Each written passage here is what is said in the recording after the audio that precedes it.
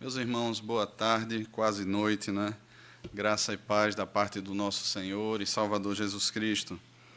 Abra, por favor, a sua Bíblia no texto de Mateus, capítulo 5, a partir do versículo 21. Mateus, capítulo 5, a partir do versículo 21.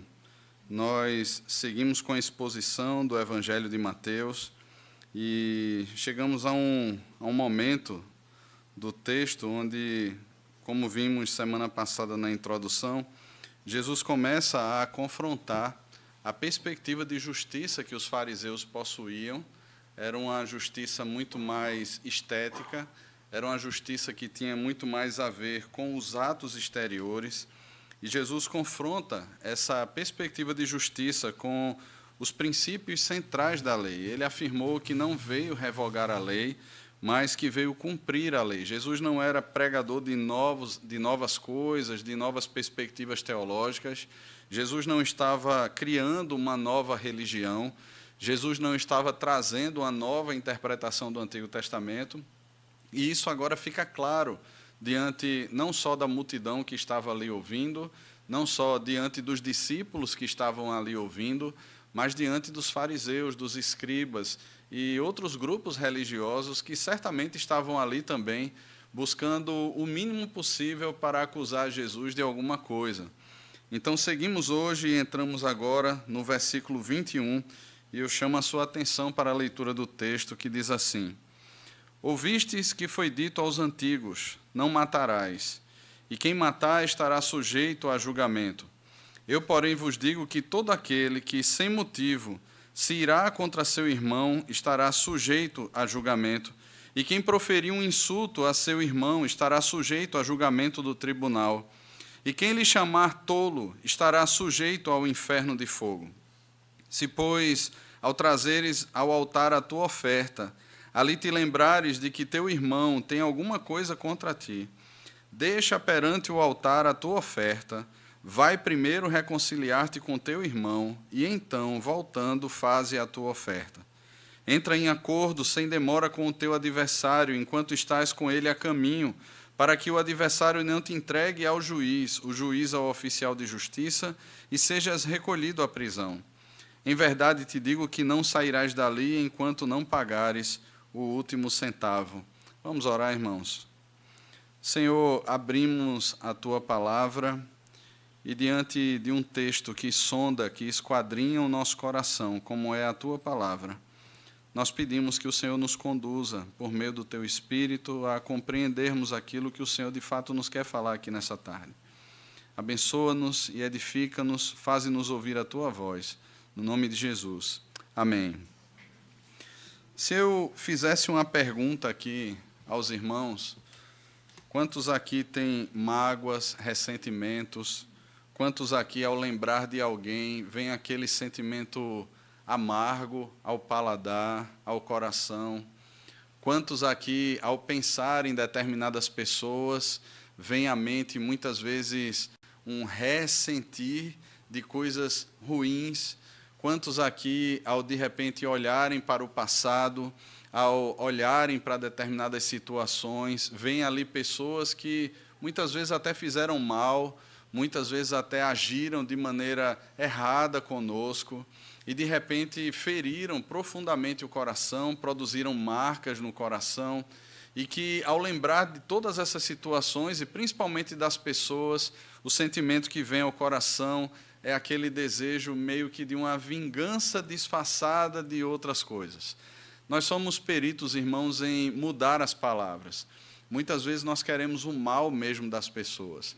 Muitas vezes nós desejamos o mal às pessoas e transformamos todo esse sentimento em justificativas talvez mais plausíveis para que a acusação contra nós não seja de pessoas que não amam ao Senhor, não temem ao Senhor, que talvez conseguem disfarçar muito bem com o exterior, mas estão podres por dentro. Queridos, todos nós lidamos com sentimentos assim. De alguma forma, todos nós já fomos feridos ao longo da caminhada. Todos nós trazemos marcas no nosso corpo, trazemos marcas no nosso coração, de situações que machucaram, de pessoas que muitas vezes nós depositamos esperança, depositamos fé, depositamos o nosso amor e, de repente, nos traíram. Todos nós, em algum grau, já experimentou algum tipo de situação assim. Muitas vezes nós olhamos para as pessoas e nos aproximamos delas, e principalmente, irmãos, dentro do contexto religioso, quando nós olhamos para a quantidade de pessoas que estão afastadas da igreja, quando nós olhamos para a quantidade de pessoas que não confiam mais em lideranças, que olham muitas vezes para pastores, para presbíteros, para diáconos, ou mesmo para líderes de ministério, de um grupo pequeno, e olham com um sentimento triste no coração e não querem mais, de alguma forma, fazer parte de determinadas igrejas, muitas vezes mudam de igreja, mas continuam com o coração cheio dessas bagagens que não foram tratadas, não foram cuidadas ao longo do caminho, e muitas vezes outras situações lá na frente fazem com que percebamos que a ferida está muito aberta. Sabe, Deus é perito em promover situações que traz ao nosso coração, de maneira muito clara, feridas que não foram tratadas. De repente, a gente tenta, viver como essa perspectiva que o mundo faz e prega de maneira tão clara. Olha, pinta o seu cabelo, muda um pouquinho as suas vestimentas, respira novos ares, muda de amor, faz alguma coisa diferente que tudo vai passar. Existem até aqueles que dizem, olha, só se esquece um grande amor quando um outro amor se encontra. Como se essas coisas tratassem de fato o coração. Não existe, irmãos, recomeço sem que haja um tratamento daquilo que foi vivenciado no passado. E isso é difícil, porque são aspectos da nossa vida que muitas vezes nós queremos que eles sejam esquecidos. Nós queremos que a página seja virada e que nada disso seja mexido novamente. Nós não queremos, muitas vezes, encontrar com a pessoa, nós não queremos ouvir falar da pessoa, porque o ouvir falar parece que remexe muita coisa dentro do coração. E caímos, irmãos, na falsa perspectiva de que talvez um novo ambiente, talvez um novo lugar, talvez um novo amor, talvez um novo trabalho, talvez um recomeço em outro país, em outra cidade, se pudéssemos até em outro planeta, torne possível, então, uma nova vida, uma nova perspectiva, novos sonhos, novos projetos, a visão e o desejo de um recomeço. Quando nós olhamos para a Escritura, irmãos, percebemos que não é bem assim. Como eu já falei, o Senhor é perito em trazer situações similares para que o nosso coração seja revelado em meio a essas situações. E eu confesso aos irmãos que estudar esse sermão durante essa semana trouxe ao meu coração muita coisa que eu achei que estivesse muito bem guardada em um determinado local e não estava. E nós precisamos, irmãos, nesse sentido, agir biblicamente com essas situações. Não é varrendo para debaixo do tapete, não é tentando suprimir esses sentimentos no coração, não é tentando negar essas coisas que passaram, não é respirando novos ares, não é tentando deletar ou cancelar essas pessoas que o nosso coração será resolvido. Nós viveremos sempre, irmãos, como que numa casa mal assombrada, ouvindo correntes, pegadas e fantasmas voando por ela, quando não tratamos biblicamente, como a palavra de Deus aponta que deve ser tratada essas questões. O Senhor Jesus traz aqui, irmãos, nessa passagem, o 6º mandamento. Quando nós olhamos Êxodo capítulo 20, ele vai tratar aqui do 6º mandamento. Jesus ele não vai pontuar a partir daqui todos os mandamentos. Aquilo que a gente conhece como sendo a lei moral de Deus, que é a condensação de pelo menos 600 mandamentos do Senhor em 10 mandamentos, conhecidos como o Decálogo. O Senhor Jesus aqui ele não tem a intenção de tratar mandamento por mandamento, mas ele cita aqui esse mandamento como sendo um aspecto importante. Porque, veja, dentro da cultura da época, dentro da religiosidade vivida pelos fariseus, a perspectiva mundana de que nós resolvemos a coisa simplesmente por maneiras externas era uma realidade. As pessoas não tratavam de fato o coração. O que nós vivemos nos nossos dias não é tão diferente daquilo que se vivenciava no passado. É muito fácil, de repente, nós apontarmos um assassino nos nossos dias. Se, de repente, nós trouxéssemos aqui várias histórias de assassinato, talvez da nossa boca destilasse sangue e a vontade de fazer justiça, até mesmo com as nossas próprias mãos. Porque são histórias que entristecem, são histórias que marcam, são histórias que impactam a nossa vida e que impactaram a vida de outras pessoas. Imagina histórias e realidades de pessoas que sofrem. Quantos assassinatos no nosso país acontecem por dia? Quantos assassinatos no mundo acontecem por dia? E esse mandamento, ele trata sobre o assassinato. O sexto mandamento, ele não trata sobre a legítima defesa. O sexto mandamento, ele não trata sobre um estado de guerra. Mas o sexto mandamento trata especificamente sobre o assassinato. E, meus irmãos, o assassinato é nada mais, nada menos do que a ira exacerbada, a raiva, e geralmente por causa da nossa percepção de justiça própria, que de alguma maneira ela não foi considerada.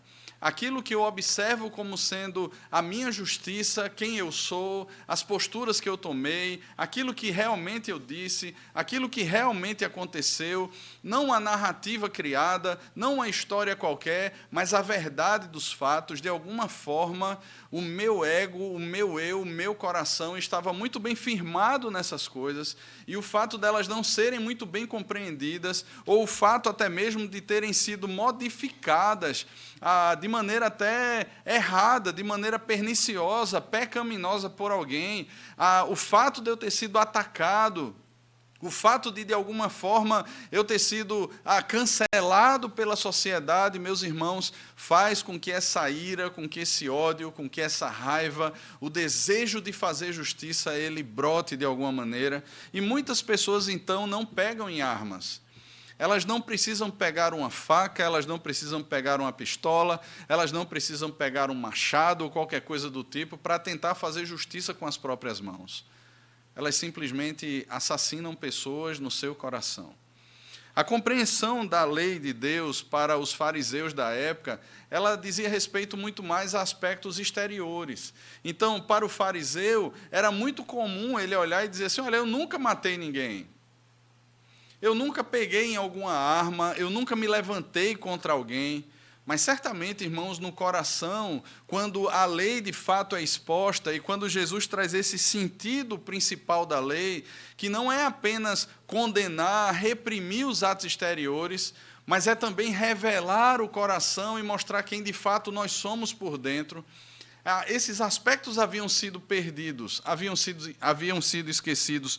E aqui ele faz questão de trazer o sentido principal, essencial, mais radical da lei.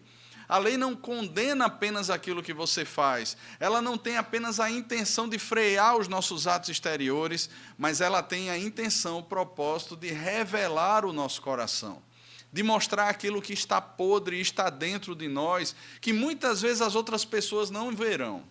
Elas verão talvez a nossa capa de santidade, as nossas orações em praça pública, seguindo aqui o texto, né? O dízimo que é dado, a oferta que é dada, as mãos que são levantadas, o culto que é prestado, mas não verá de fato aquilo que se processa no nosso coração. E lidar com o coração é algo que é extremamente difícil, porque nós temos no coração não apenas as questões mais simplesmente de reações ou ações que tivemos, que aprendemos, que sofremos, mas nós temos no coração a parte mais radical, mais essencial do ser humano. Nós vimos hoje pela manhã na pregação o texto de Provérbios 4, versículo 23, que do coração procedem as fontes da vida. Em Marcos, no capítulo 7, o Senhor Jesus fala que do coração é que procedem as guerras, os adultérios, o dolo, os assassinatos, tudo isso procede de dentro, procede do coração. Então, irmãos, nós temos a palavra de Deus, a lei de Deus, como aquela que penetra o impenetrável, que divide o que é indivisível, que é capaz de ir até aos porões mais escuros do nosso coração e trazer lá de dentro aquilo que está podre. E tudo isso faz parte desse processo de discipulado que o Senhor Jesus está falando aqui. a revelação do coração, a revelação daquilo que está dentro, a revelação daquilo que precisa ser tratado, a revelação daquilo que muitas vezes nós temos o maior desejo de que seja virada a página ou esquecido. É exatamente isso que o Senhor Jesus quer tratar. Porque, meus irmãos, o tratamento verdadeiro dessas coisas não implica apenas em uma paz interior. Sabe, o mundo olha para a resolução de problemas como simplesmente para que eu tenha paz. Olha, eu vou resolver essa situação para eu ficar em paz. Eu vou resolver essa situação para que eu possa viver uma vida mais leve, uma vida... E muitas vezes são atos apenas políticos. Sabe, quando você olha, né, nas entrevistas do Congresso, ou mesmo quando a gente sabe essas coisas que acontecem dentro dos órgãos governamentais, ou mesmo vizinhos dentro de um condomínio ou num prédio, né, quando eles entram em conflito, aí você chega lá e diz assim, eu vou levar um bolo na casa daquela pessoa. E no campo político, vamos incluí-lo na propina. Né? Mas eu vou levar um bolo na casa daquela pessoa, eu vou fazer alguma coisa por ela para que agora nós voltemos a ter paz. Você não está querendo resolver a situação, e o mundo não quer. O mundo quer que aquele barulho que o vizinho faz, que aquele aperreio que se tem, ou que aquele projeto seja aprovado. O mundo quer que as coisas voltem a beneficiar a si mesmo como aconteciam antes. E isso são resoluções políticas que não tratam o coração. No entanto, irmãos, a palavra de Deus nos leva a tratar de fato o coração. E é isso que o Senhor Jesus está trazendo aos seus discípulos. Olha, vocês ouviram o que foi dito pelos antigos a vocês. Eu, porém, vos digo, isso não é uma mudança da lei, mas o que o Senhor Jesus está trazendo é aquilo que foi perdido ao longo do tempo. Aquilo que se deixou de ser percebido e que precisava ser percebido. Porque, irmãos, essa transformação exterior, ela precisa acontecer como resultado de algo que transformou o nosso coração antes. Ela não pode ser, como eu já falei, um ato político, um ato que busca aquela paz romana, aquela perspectiva de que agora está tudo bem, ou mesmo a perspectiva de agora que eu estou em paz, eu estou bem, eu estou até mais leve, eu estou tranquilo, parece que o meu karma da próxima reencadernação foi embora, eu estou feliz agora porque aparentemente as coisas foram resolvidas. Não, não é isso. Nós veremos aqui no texto, irmãos, que é muito mais profundo e tem a ver, inclusive, com o nosso culto ao Senhor. Quando essas coisas não são tratadas, irmãos, como elas deveriam ser, o nosso culto ele não é aceito por Deus. Perceba a gravidade disso. Nós deixamos de ser abençoados pelo Senhor. Nós perdemos o vigor e o brilho espiritual. Deus não abençoa, irmãos. Deus não quer que nós varramos as coisas para debaixo do tapete. Ele quer que nós tratemos as coisas de fato biblicamente. Como exercer uma justiça, então, que excede a justiça dos fariseus e escribas? O mandamento, como nós já vimos, diz respeito ao assassinato. E não é algo meramente externo, mas é algo que tem a ver com o que está lá dentro. Não diz respeito ao estado de guerra, como eu já falei, ou mesmo de legítima defesa, mas matarmos pessoas no nosso coração.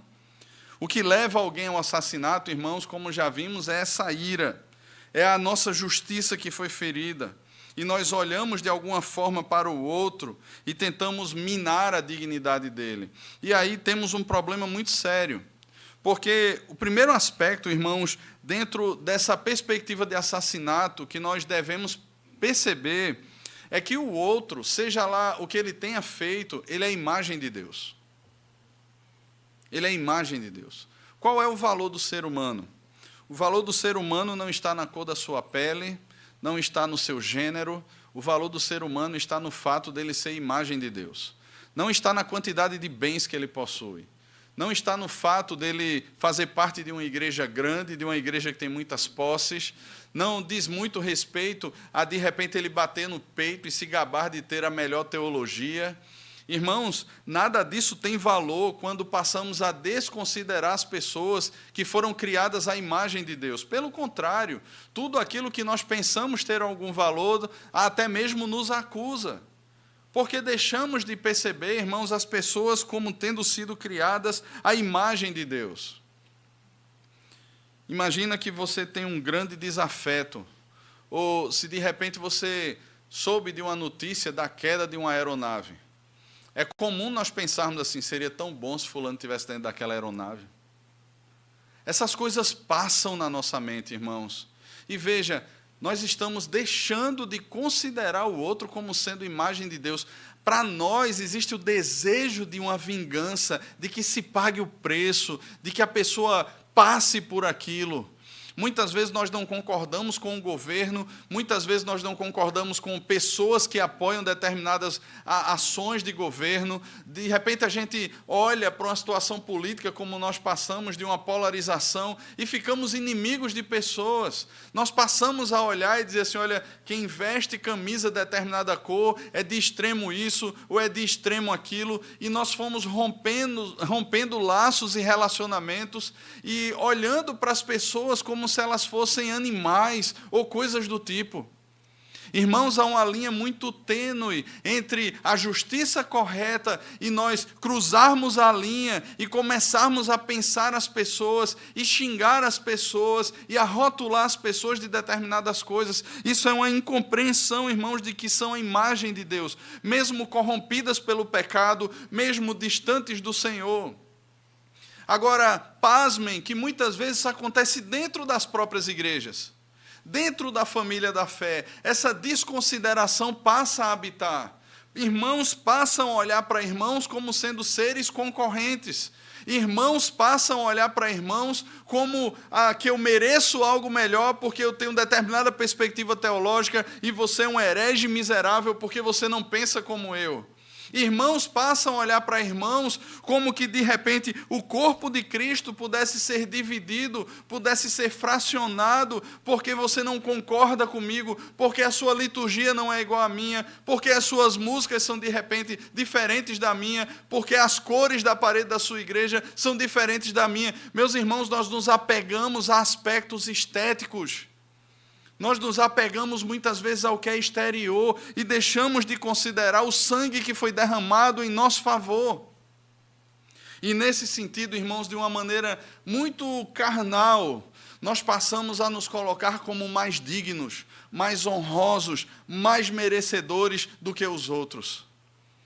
Passamos a olhar para a nossa teologia e, ao contrário, dela gerar humilhação ao nosso coração, humildade ao nosso coração, vivemos uma perspectiva carnal e diabólica de soberba teológica.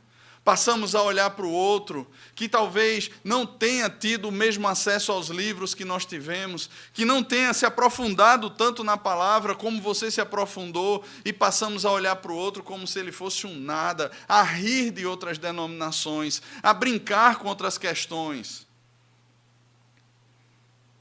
Passamos a desconsiderar os essenciais da fé, e passamos a levantar como bandeira aquilo que enaltece e exalta o conhecimento. Nos colocamos sob uma perspectiva de juiz agora sobre os outros. Meu irmão, se você tem ódio no coração, você é um assassino. Se eu tenho ódio no coração contra alguém, eu sou um assassino. Se de repente nós pensamos em alguém e dizemos assim, seria muito melhor, de repente aquela pessoa está com a doença e você olha assim, seria tão bom se fosse logo. Irmãos, isso é assassinato. E nós estamos quebrando o 6º mandamento, irmãos.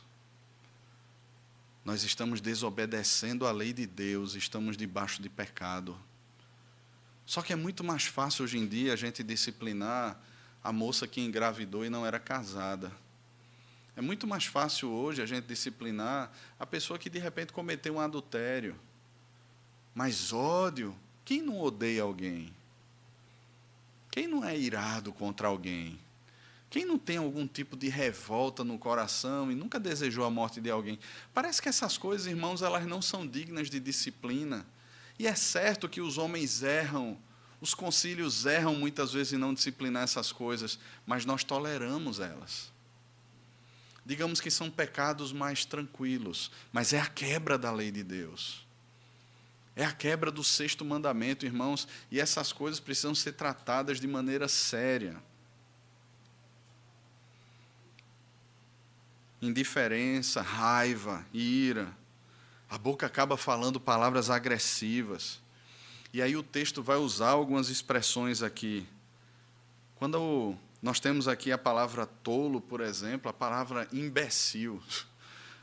Já pensou quantas vezes, né, nós olhamos, e não como uma brincadeira que muitas vezes a gente fala, né, a gente se acostuma com determinadas palavras, né, fulano é um imbecil, um abestalhado. Mas muitas vezes essas palavras elas vêm com um tom condenatório de fato. A gente passa a chamar as pessoas de burro, de imbecil, de tolo, disso e daquilo outro, como um tom condenatório de fato, rotulando e determinando que as pessoas são assim. Você é um herege miserável. A sua língua ou a minha língua parece que não conseguem frear essas coisas. E a gente começa nas nossas brincadeiras, nas nossas conversas, a colocar isso para fora. Sabe por quê, irmãos? Porque a boca fala daquilo que enche o coração. E há raízes tão profundas no coração que não foram tratadas. E, nesse sentido, irmãos, o pecado ele é como uma semente.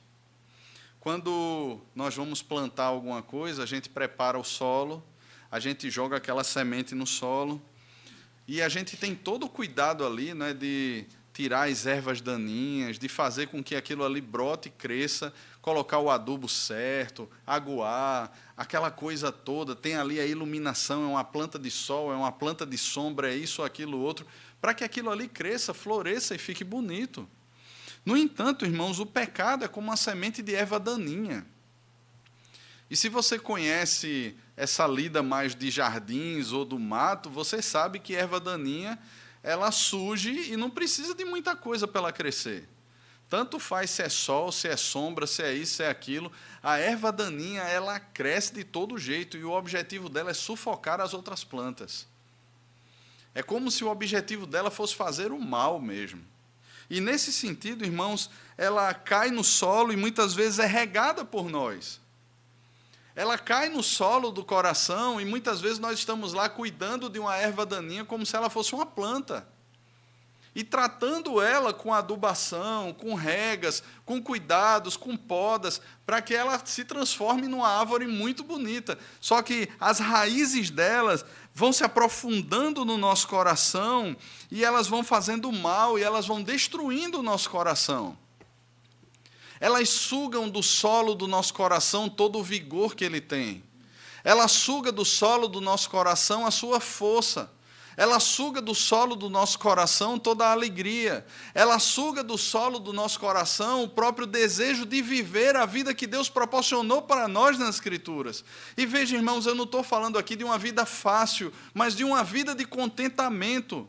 Essa erva daninha, as suas raízes sugam tanto o nosso coração, que ela não afeta só o meu relacionamento com alguém, mas ela afeta tanto o meu relacionamento com Deus, que ela passa a sugar de mim toda a vitalidade, toda a alegria, o descontentamento passa a tomar conta do nosso coração, nada mais nos satisfaz, e nós pensamos, olha, será que se eu fizer isso melhora? Será que se eu comprar isso melhora? Será que se eu mudar para outro lugar melhora? Como é que eu resolvo essa parada? Meus irmãos, ao invés de tratarmos a erva daninha, nós queremos de alguma forma outras coisas que satisfaçam e jamais satisfarão. E isso é tão grave, irmãos, que em 1 Coríntios capítulo 11, quando o apóstolo Paulo ele está tratando da ceia do Senhor, e veja, da falta de discernimento do que é ser corpo de Cristo, ele vai dizer, por isso, muitos estão doentes no meio da igreja, e não poucos os que já morreram. Meus irmãos, a falta de perdão, a ira, o ressentimento, essas coisas que muitas vezes se entranham no nosso coração, adoecem a nossa alma. E você vai correr atrás de psicólogo, e você vai se entupir de remédio, e você vai para psiquiatra, vai para aquilo outro, e não cura. E não cura. Sabe por que não cura, irmãos? Não cura porque essa erva daninha está acabando com o nosso coração. Ela acaba conosco. Ela suga de nós a vida. Seja o seu pai ou a sua mãe desde a sua infância e você nutre isso no coração. Seja alguém lá atrás que fez mal a você. Seja alguém que você passou por uma traição, que veio a eclodir num divórcio. Seja algum líder espiritual. Seja algum irmão da igreja. Alguma coisa assim, irmãos. Não pense que é de menos. E não pense que é virando a página, que é buscando esquecer, que as coisas serão resolvidas, porque não serão. Essa erva daninha vai se alojar no seu coração e ela vai roubar de você a vida, ela vai matar você. Ela tira de nós, irmãos, a vida, ela adoece. E não adoece apenas a perspectiva espiritual, porque nós somos seres integrais. Nós não somos seres partidos. Nós não somos seres que ali é só a parte espiritual, aqui é a minha parte física. Não, irmãos, essas questões estão interligadas e aquilo que consome o nosso coração destruirá também o nosso corpo. Mas não é só conosco. Ela destrói também as pessoas que estão próximas a nós. Porque sempre encontraremos uma maneira de abrir o coração com o outro.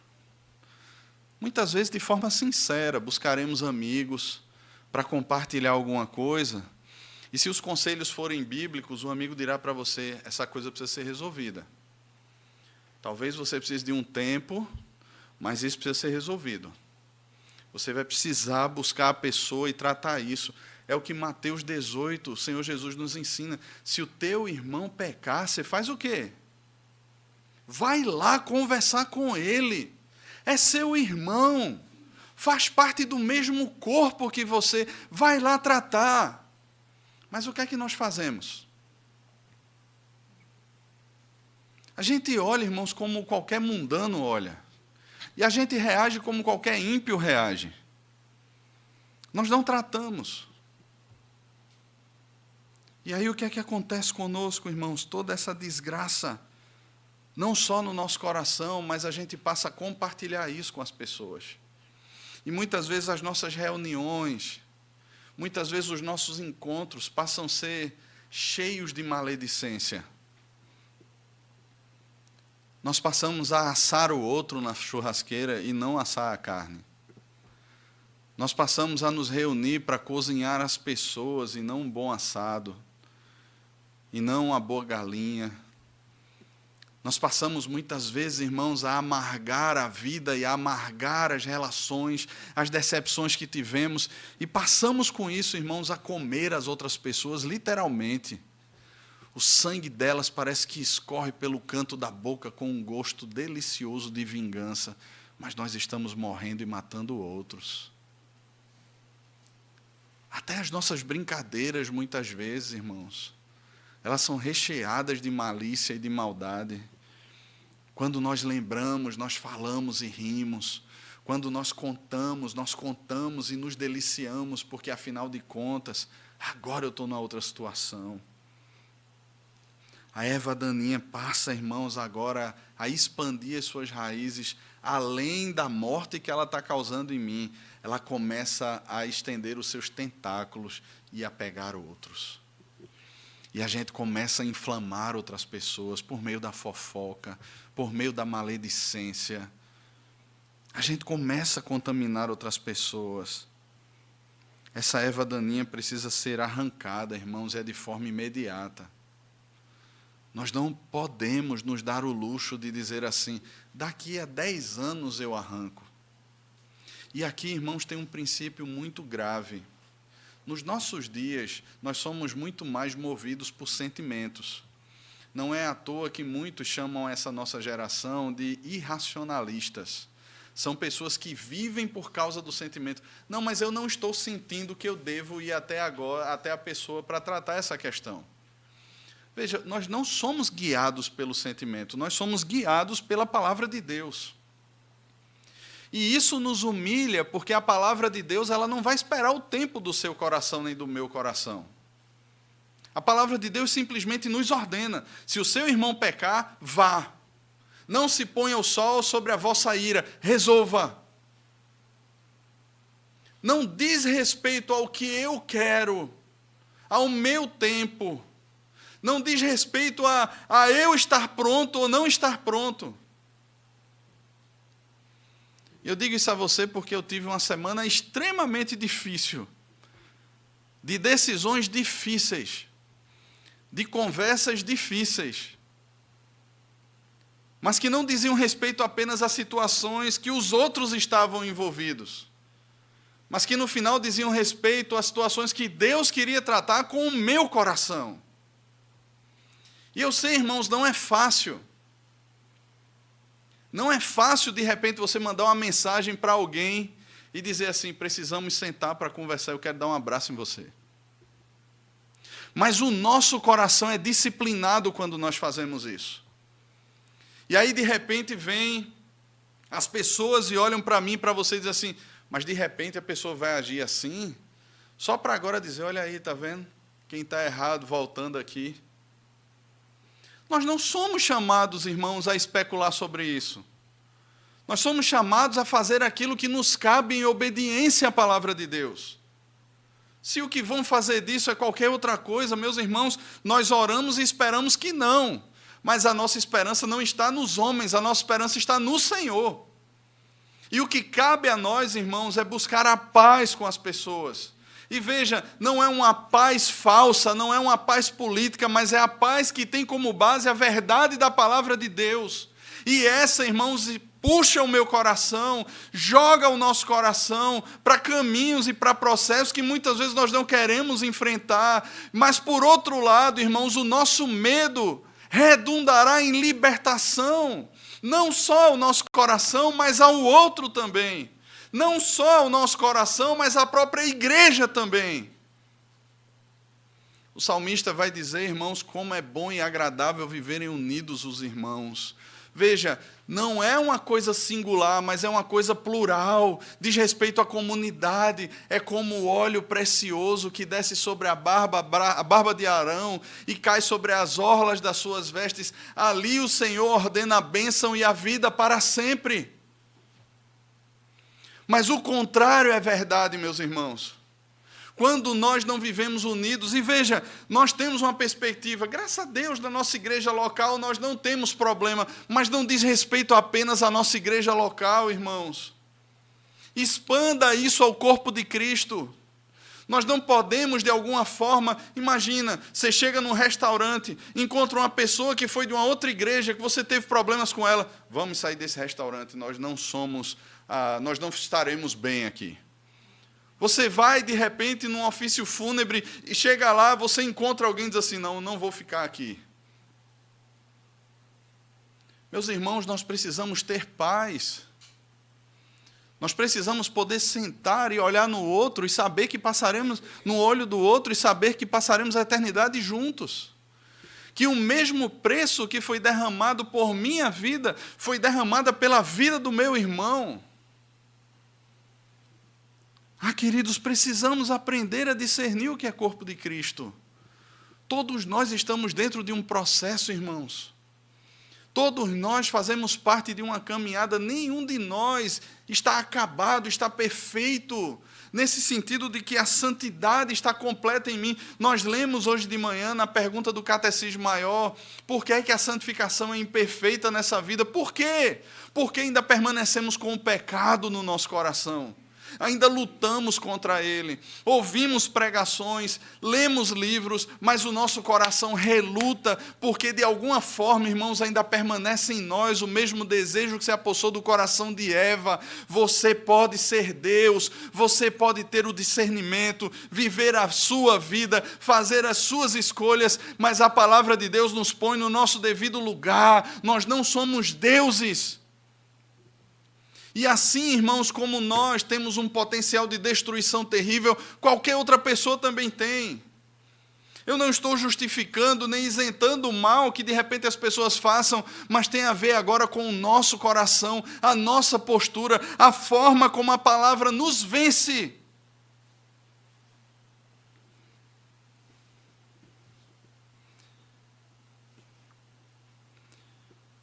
Há alguns anos atrás, eu compartilhei algumas coisas com um irmão E esse irmão chegou para mim e fez assim: pastor, enquanto o senhor não tratar essa questão, toda vez que o senhor pregar, eu vou me levantar e sair da igreja. Eu, na época, estava expondo uma série no culto da tarde, lá na Igreja das Graças. E todas as vezes que eu subia ao púlpito para pregar, esse irmão deixava a esposa e saía.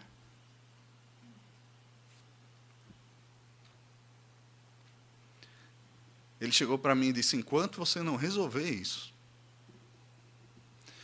Eu cheguei para ele várias vezes assim: Dario, eu não consigo. Eu não consigo.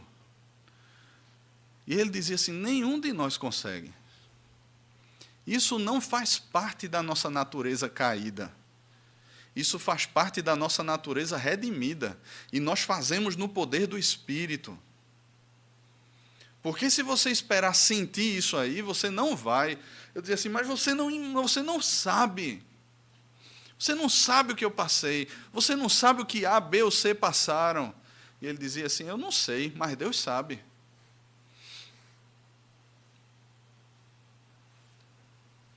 Ele disse algo, irmãos: essa batalha é vencida com amor.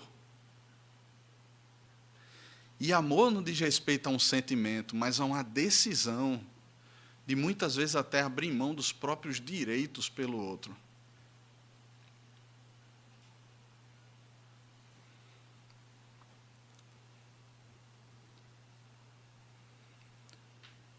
Eu lembro que uma determinada semana,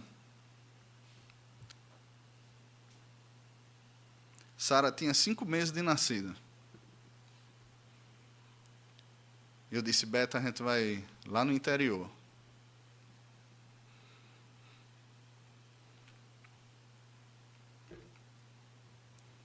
Nós pegamos o carro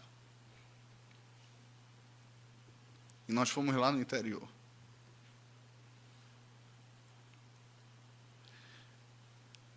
Eu sabia o endereço, porque aquela tinha sido a nossa casa.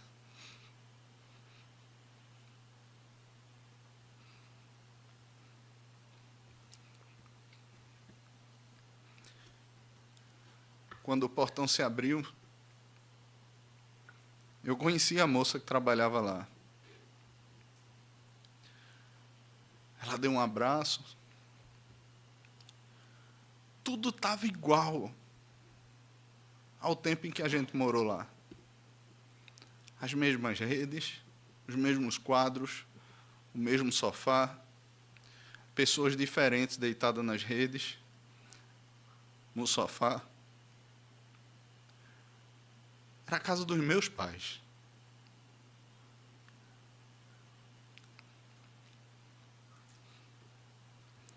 Eu lembro que, quando eu cheguei numa sala, a sala de TV que tinha lá,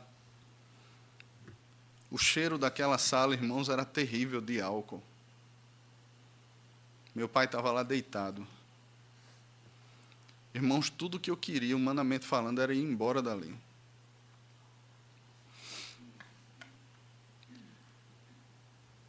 E eu lembro que eu cheguei: pai, eu estou aqui com sua neta para lhe apresentar. Sua primeira neta. 5 meses depois dela ter nascido.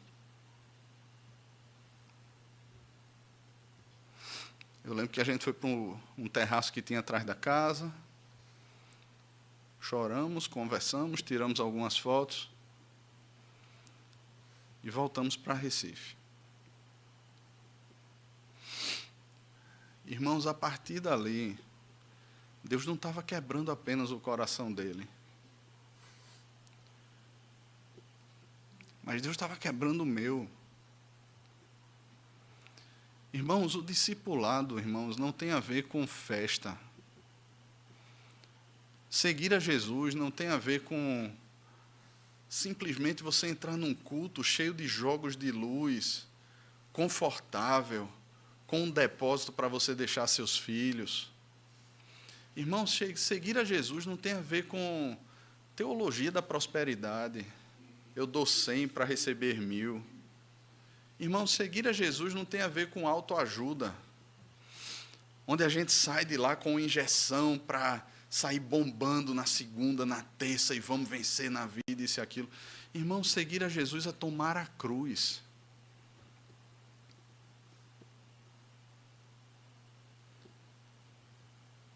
É ver, irmãos, o Senhor entrando por meio da sua palavra e seu Espírito no nosso coração e arrancando de nós o nosso orgulho, arrancando de nós a nossa perspectiva de justiça própria, arrancando de nós o nosso ego e dizendo assim, não é mais você, mas sou eu quem vivo em você. Essa raiz precisa ser arrancada, meus irmãos. Enquanto ela não for arrancada, a gente vai caminhar como zumbis pela terra.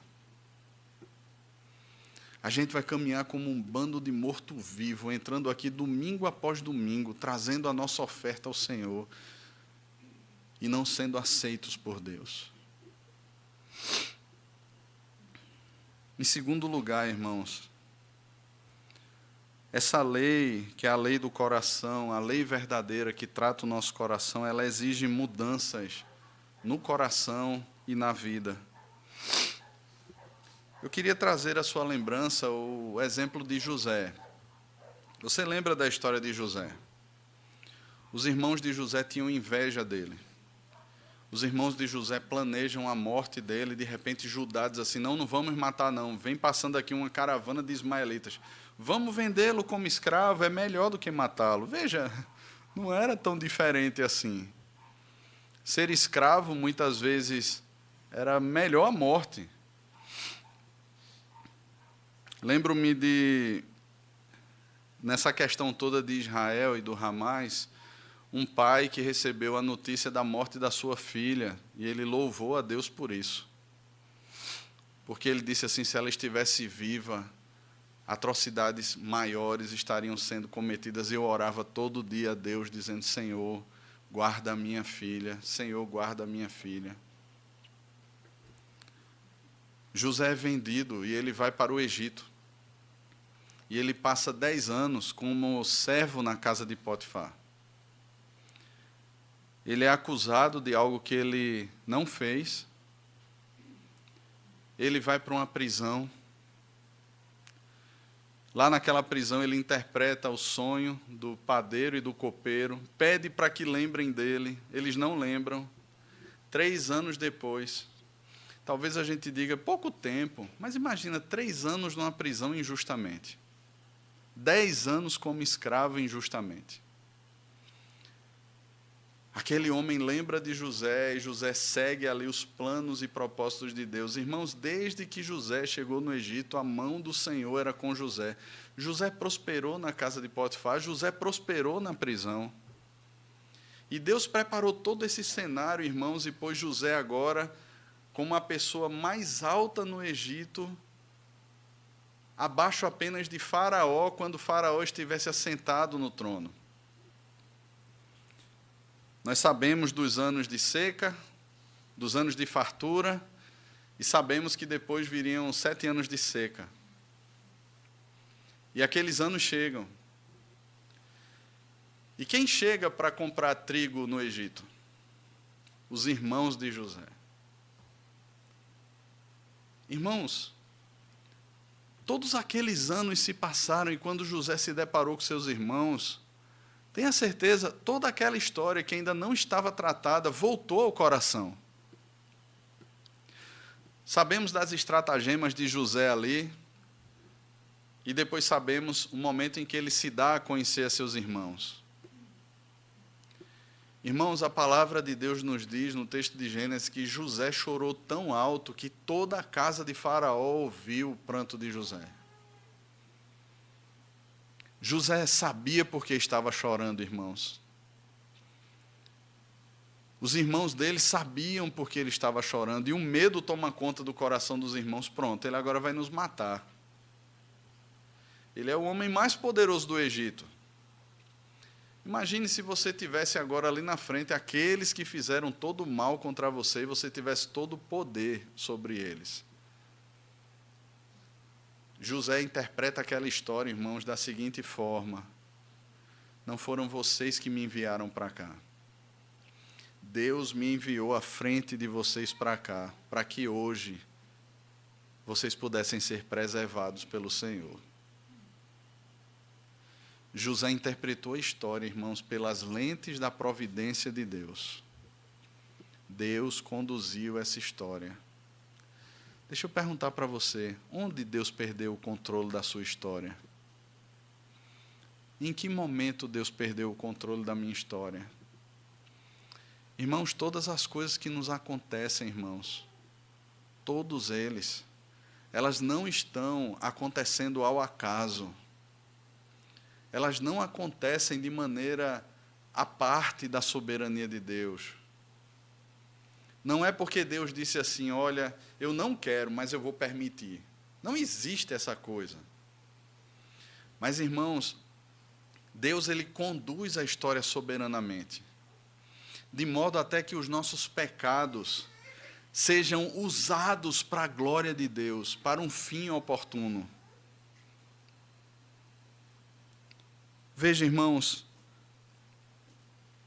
José resolve a vida dele com os seus irmãos, observando a sua história por meio das lentes da palavra de Deus. Estevão também resolveu a sua história observando pelas lentes da palavra de Deus. Estevão, diácono, estava sendo condenado a uma morte por apedrejamento. E quando estava sendo apedrejado, meus irmãos, Estevão vê o Senhor Jesus. E ele faz a mesma oração que o Senhor Jesus fez na cruz. Perdoa-os. Irmãos, quando olhamos para o Senhor Jesus, qual era a culpa do Senhor Jesus? Qual foi o pecado que ele cometeu? Irmãos, o seu sangue pagou o preço, a sua vida foi o nosso resgate.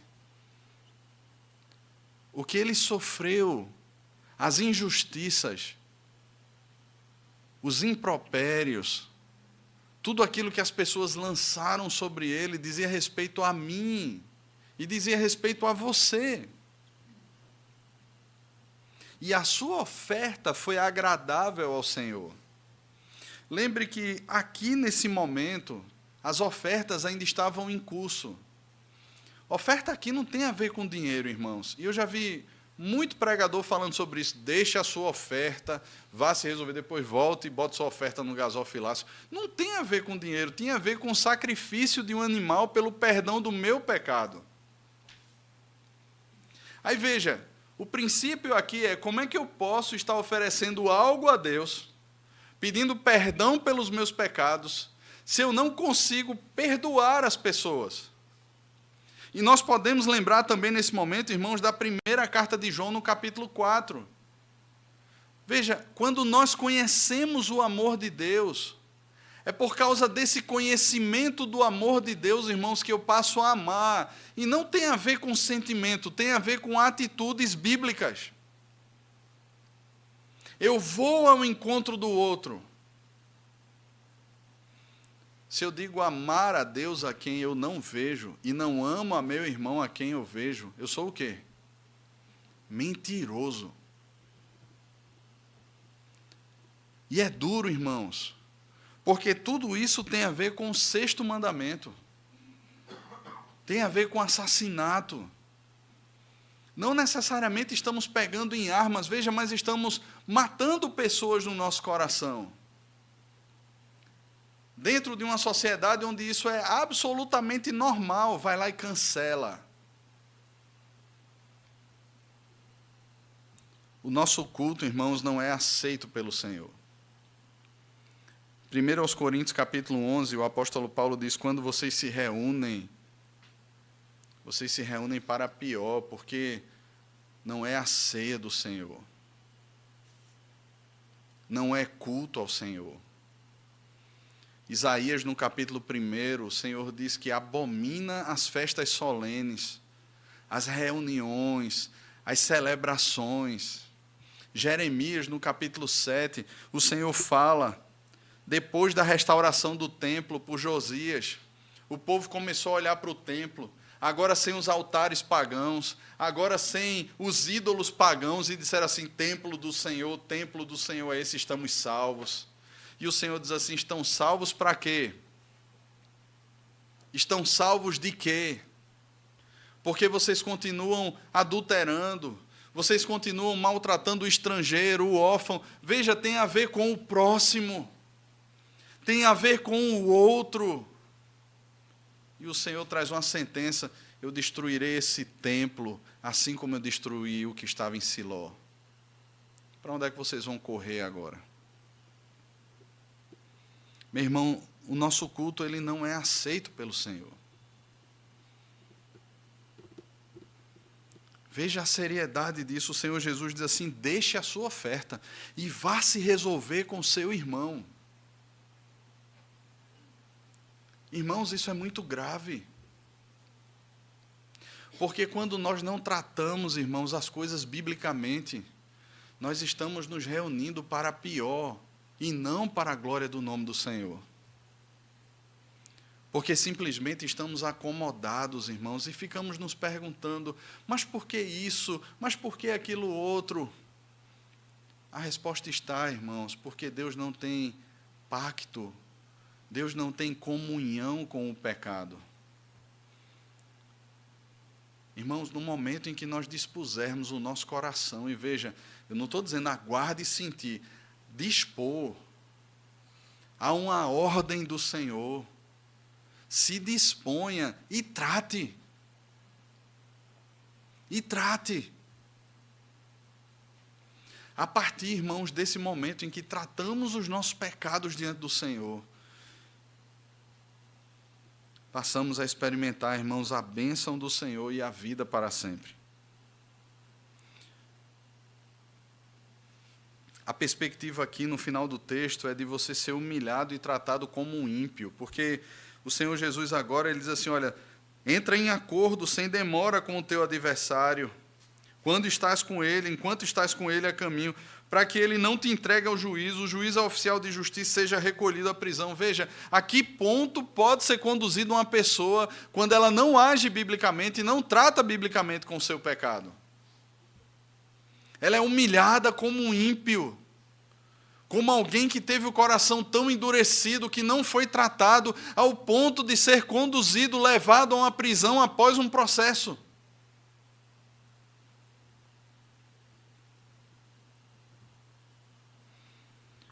Mas, acima de tudo, irmãos, essa lei revela algo superior ao nosso coração.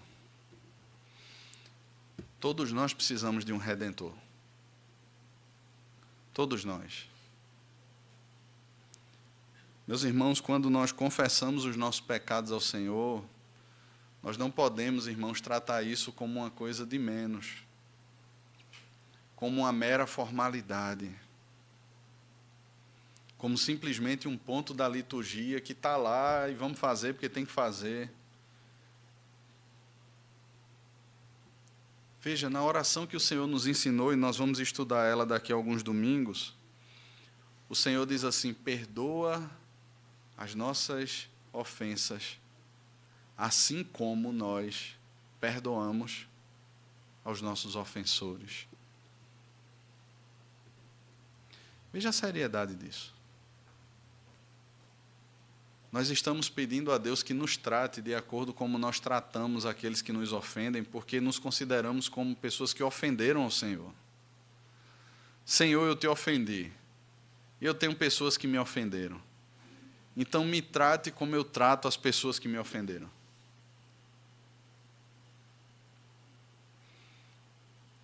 Imagina se Deus tratasse a gente assim. E nesse sentido, irmãos, precisamos louvar a Deus com toda alegria e vigor por causa de Jesus. Sabe por quê? Jesus cumpriu perfeitamente esse mandamento.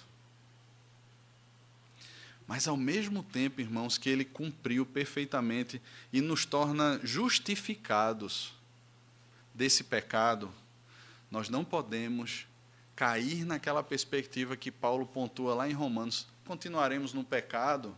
De forma alguma. Jesus perdoou você disso. Mas agora você e eu, nós somos chamados a aprender com Ele e a agir como Ele. Porque não mais nós vivemos. Quem vive em nós agora? É Cristo. E a partir do momento, irmãos, que Ele substitui a nossa morte por sua vida, a vida que nós temos agora, irmãos, não é mais a nossa vida. Mas a perspectiva de vida que nós somos chamados a viver agora é a perspectiva de vida da ressurreição de Cristo. É a perspectiva da nova vida.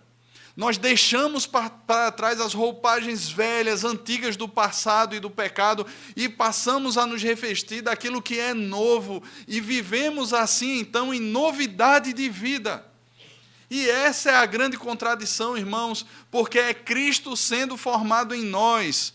Os seus amigos, muitas vezes pessoas da própria igreja olharão para você e dirão assim: olha, que absurdo você fazer isso, como é que você pode se humilhar assim, se sujeitar assim? É exatamente isso que Pedro nos ensina na sua carta, na primeira carta, no capítulo 2 ainda, quando ele diz: lembrem do Senhor Jesus.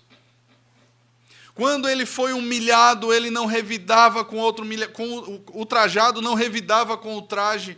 Quando injustiçado, ele se entregava àquele que julga retamente. Ele não agia da mesma maneira que agiam com ele. E assim nós somos chamados, irmãos, e assim Cristo é formado em nós. E isso dói, porque arranca de nós essas raízes profundas do pecado, dessa erva daninha que está no nosso coração, vai revirar o solo do coração, vai levar pedaço do nosso coração, mas o que está sendo edificado, o que está sendo construído em nós é algo perfeito, é algo sublime, e esse edifício não exaltará mais a mim ou a você, mas exaltará o nome do Senhor. É Ele crescendo em nós, irmãos, e nós cada vez mais diminuindo diante da sua presença.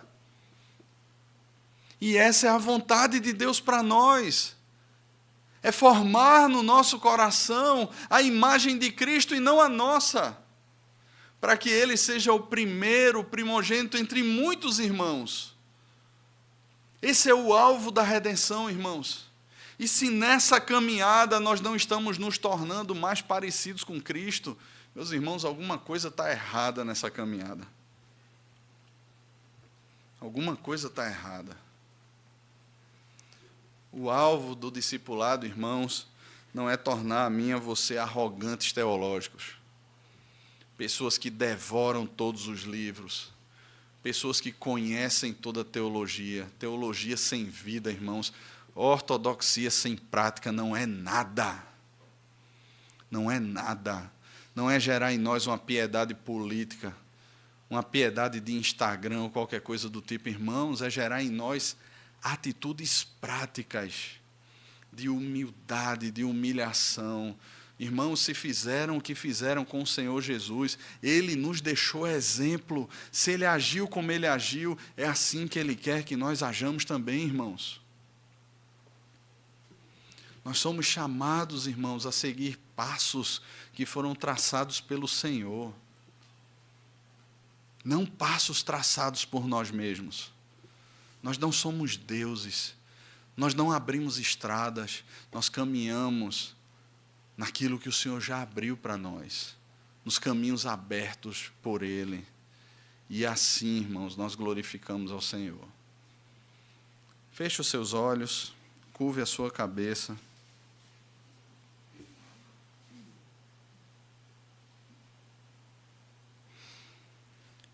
O que é que precisa ser reparado na sua caminhada?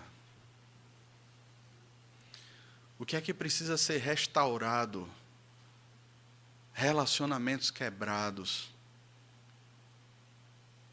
pessoas que ficaram pelo caminho.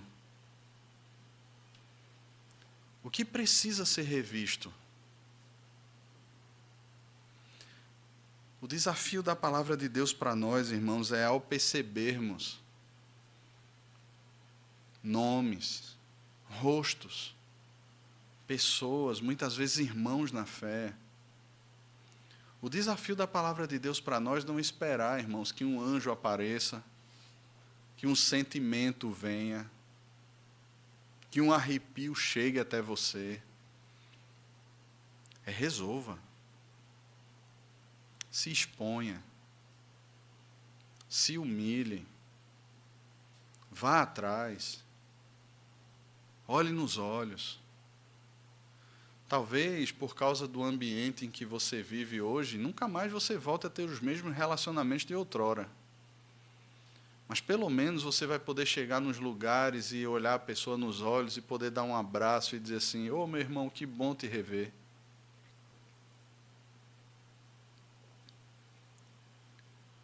Irmãos, esse é o poder do Evangelho. Esse é o poder da cruz.